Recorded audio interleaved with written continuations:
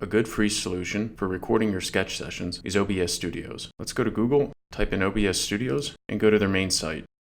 Download the software for your operating system, install the software, and then open it. Once you've opened OBS, click the Start menu again and open Gravity Sketch. Once Gravity Sketch is booted up, toggle back to OBS and click the plus sign to open a new scene. Let's label this one Gravity Sketch so we can always go back to it and record with the same settings. Then go to Source, click the plus sign, and select Game Capture. You can name this if you want, I'll leave it as it is for now. And under Mode, click the drop-down menu and select Capture Specific Window. Then under Window, select Gravity Sketch. Click OK, and you'll see the Gravity Sketch window appears. Click Start Recording to record.